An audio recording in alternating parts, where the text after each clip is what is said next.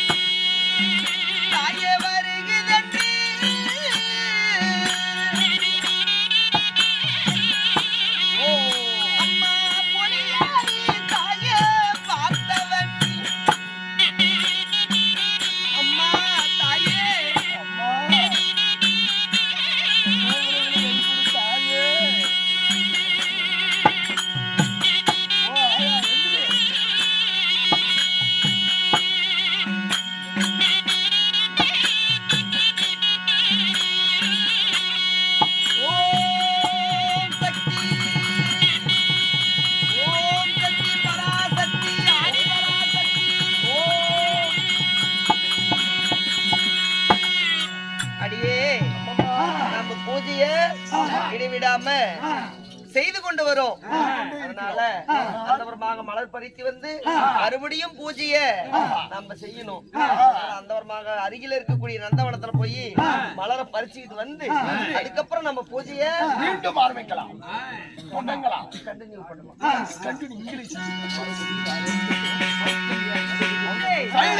நாகன்னியாகப்பட்டவள் பூஜையை மேற்கொண்டு கன்னிகா மடத்திலே இருக்கும் சமயத்தில அதே சமயத்தில் மௌத்கல்ய மகாமுனிவர் சபைக்கு தர்பார் மன்ற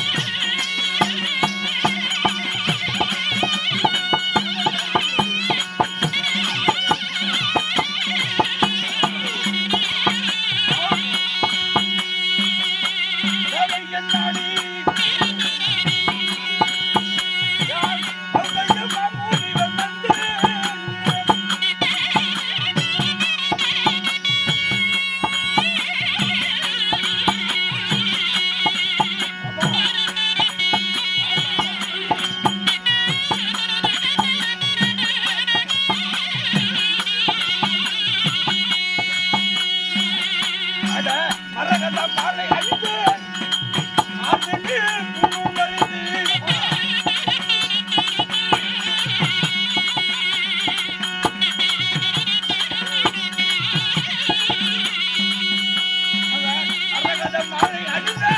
ஆசைக்கு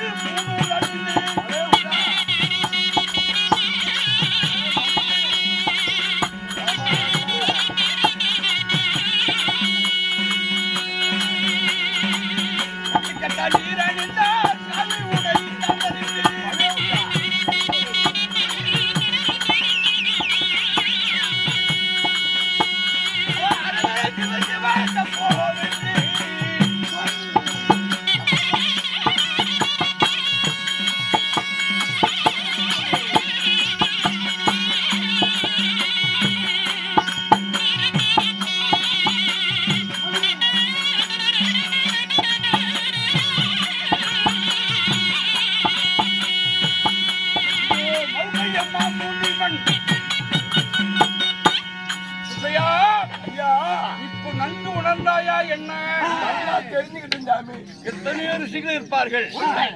எத்தனையோ ரிஷிகள் இருந்தாலும் தவத்தில் சிறந்தோராகிய என் வேதான் மௌகைய மகாமுனிவர். சுவாமி, எத்தனையோ முனிவர்கள், எத்தனையோ தவ நாடிகள், அவர்களில் சிறந்த மௌகைய மகாமுனிவர்.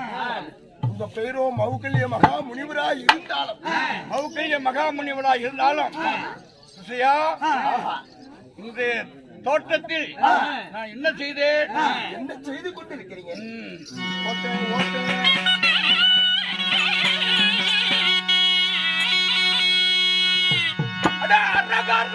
தம்பம் என்று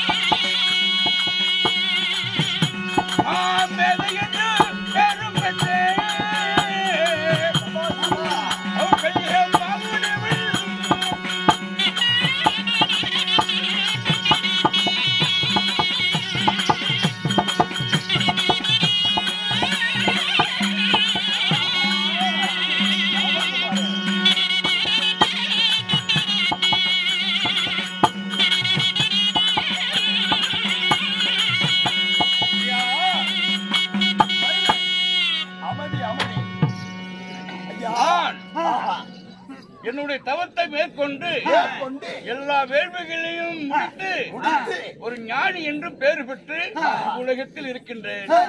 அப்படி இருந்தாலும் மாமேதை என்று பெயர் பெற்று இருந்தாலும் நமக்கென்று எதிர்காலத்தில் ஏதாவது சன்னதிகள் வேணும்ல? ஆமா சாமி, எவ்வளவு மேதைகளா இருந்தாலும், எவ்வளவு படிச்ச பட்டதாரியா இருந்தாலும் தங்களுக்குன்னு ஒரு சங்கதிகள் வேண்டும்.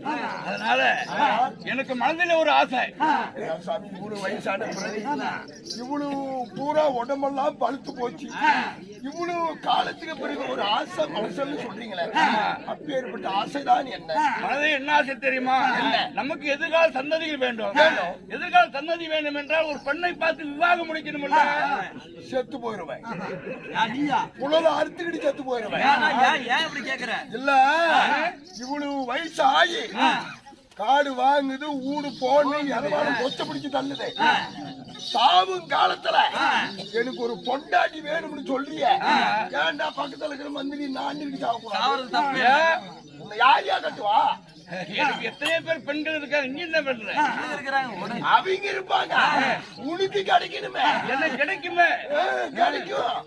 அது அன்னைக்கு சாமி இங்க இருந்து அவ்வளவு தூரம் மூத்திரம் விட்டுட்டு இருந்தது. இப்ப பெருவேல மேலேயே விட்டுட்டு இருக்கிறீ தெரியல. மூத்திரம் விடுறதுக்கு தேடிக்கிட்டு இருக்கிறீ அவத்துக்கு. என்ன பத்தி அப்படி நினைக்காத. புடிச்ச கம்மன் தவட்ட அள்ளி இங்க இருந்து அள்ளி அந்த பக்கம் நீ எடுத்து வைக்கிறல அந்த அளவு கைக்கு வலுவுந்தா குழப்பம் போதும். ஐயா வாசனை பண்ணி வர்ற ஒரு நாம கம்ப அள்ளி இவத்தை வைக்கிற அத அள்ளி வைக்கிற சத்து இருந்தா கூட போதும். புளுத்துவ இப்ப நான் ஓரளவுக்கு சமாளிக்கிறேன். அவளே என் வீட்டுக்காரி என்னங்கிறா, எடுத்துட்டு போக மாட்டேன் உன் முடுக்க அப்படிங்கிறா. நான் கல்யாணம் பண்ணுவேன். இன்னைக்கு நான் கல்யாணம் பண்ண போறேன். நீ பண்ணுவ, அவ இருக்கணுமே. யாரு அவ ஒரே அடி என்ன விட்டு நான் வர மாட்டான். அவ பாக்கதானே போறேன். அப்போ பாக்கலாமா?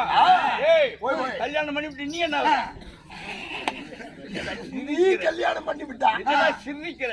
ஏன் சிரிக்க? நீ கல்யாணம் பண்ணி விட்டா நீ எந்த முடக்கல கிடக்குறியோ நீ பண்ண பொண்டாட்டி நான் கூட்டிக்கிட்டு ஓடுவேன். நானு என்ன விட்டு ஒரு அடியை மீன் அவுத்த முடியாது. அப்ப இருக்கிட்ட பெண்ணை நான் கல்யாணம் பண்ணுவேன். எனக்கு பெண் எங்க இருக்குது? மன்னர் என்று பல பேர் இருக்கிறாங்க. எத்தனையோ மன்னர்கள் உண்டு. சக்கரவர்த்தி சில பேர் தான் உண்டு உலகத்துல. சக்கரவர்த்தி என்று சில பேர் தான் உண்டு, சிலர்கள் தான் உண்டு. ஆமா ஆமா. தசரத சக்கரவர்த்தி, சிவி சக்கரவர்த்தி, மாவுளி சக்கரவர்த்தி, இப்படி சக்கரவர்த்தி சில பேர் உண்டு. சரிங்க. ஆனா எனக்கென்று யாரு நிறுவனத்தை ஆளக்கூடிய யாரு நல சக்கரவர்த்தியை பெண்ணையே திருமணம் செய்வேன். சாப்பிடுவேன். அவ வந்து வாயு தேவன், வரதேவன், குபேரன், எத்தனையோ தேவர்கள், எத்தனையோ மன்னர்கள் சென்றாலும் யாருமே பிடிக்கிற கல்யாணம் பண்ண. ஆமா சாமி, அப்பேறுபட்ட தேவர்களையே திருமணம் செய்யாத ஒரு பெண்மணி நலாங்கண்ணி. உங்களை எப்படி பண்ண போற? நான் பண்ணி காட்டு. நீ கையில பிடிச்சுக்கிட்டு தெரிஞ்சாலும் நடக்காது. வடயம் பண்ண பண்ணி முன்ன எங்க போகணும்? பொண்ணு கேட்க போகணும். எடு போலாம். எங்க போற? எங்க நிறுத்தம் போலாம். அப்படிங்களா? ஆகட்டும்.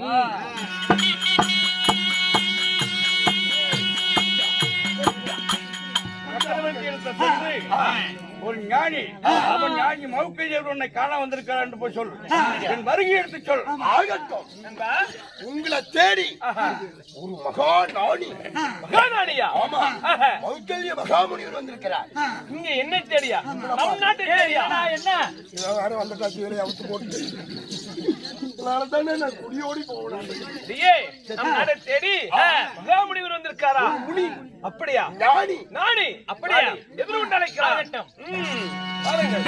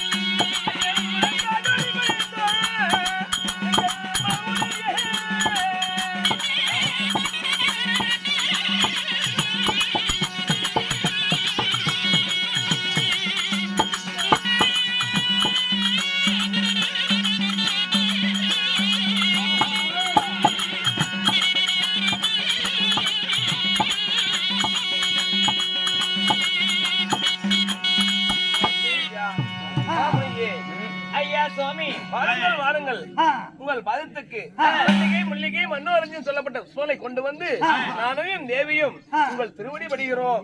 உங்கள் அருளால் எங்களுக்கு வரம் கொடுங்கள் சுவாமி. அண்ணா சுவாமி இருவர்களும் இந்த மவுக்கையருடைய பாதத்தை படித்தபடியால் சுகத்துடனே வாழ்ந்திருப்பீர்கள். நீங்கள் கொடுத்த ஆசீர்வாதமோ தேவலோகத்தில் மும்மூர்த்தி தேவரும் ஒன்று சேர்ந்து கொடுத்த ஆசீர்வாதம் போல அகட்டும் சுவாமி. ஐயா, உங்களிடம் இருந்தாலும் ஒரு வார்த்தை ஒன்று கேட்கலாமே. பேரு தைக்குமாம் கேளு. பேரப்பட்ட நாடியிடம் நம்ம வார்த்தை ஒன்று கேட்கிறோம். அதில் எந்த தவறும் இந்த தவறுகள் கேளு. அரமனை வந்து வரை எதற்காக வந்து கேட்டால் பாவமா, அது கேட்காம இருந்தாலும் அது பெரும் பாவமா.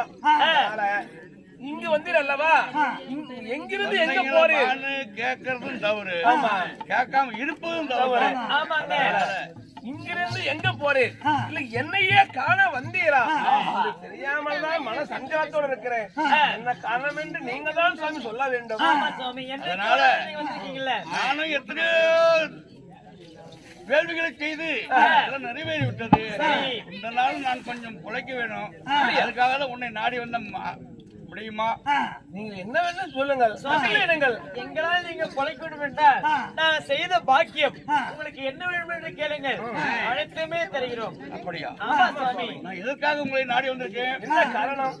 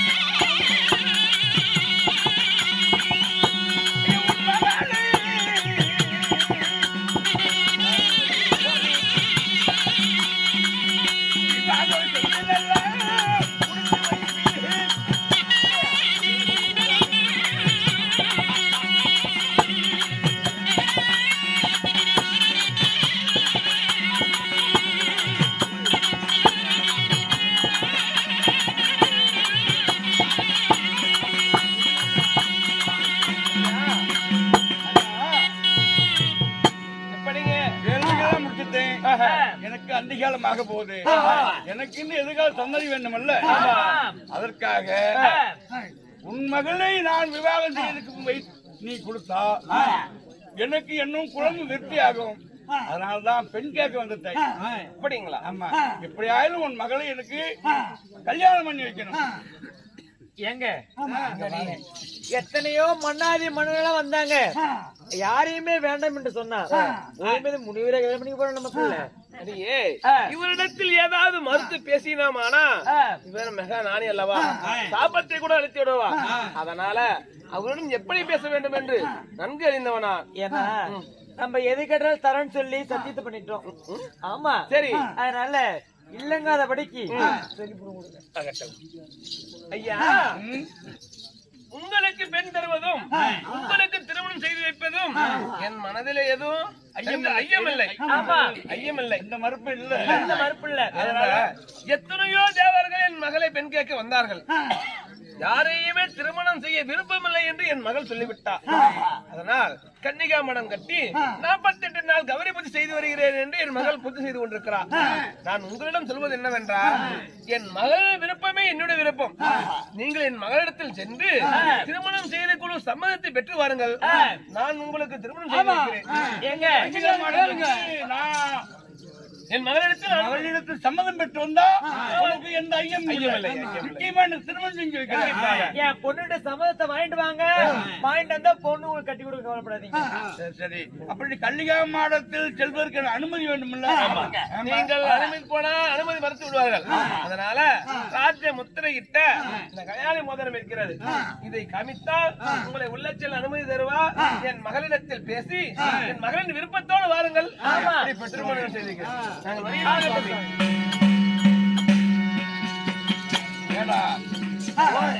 பெண்ணு கட்டிக்க மாட்டான் அப்படின்னு என்ன நடந்துச்சு? சம்பளிச்சுட்டார். உள்ள கட்டிக்கிட்டு ஏன் சிரிக்கிறேன்? அந்த பிள்ளை கட்டணுமே. உனக்கெல்லாம் என்ன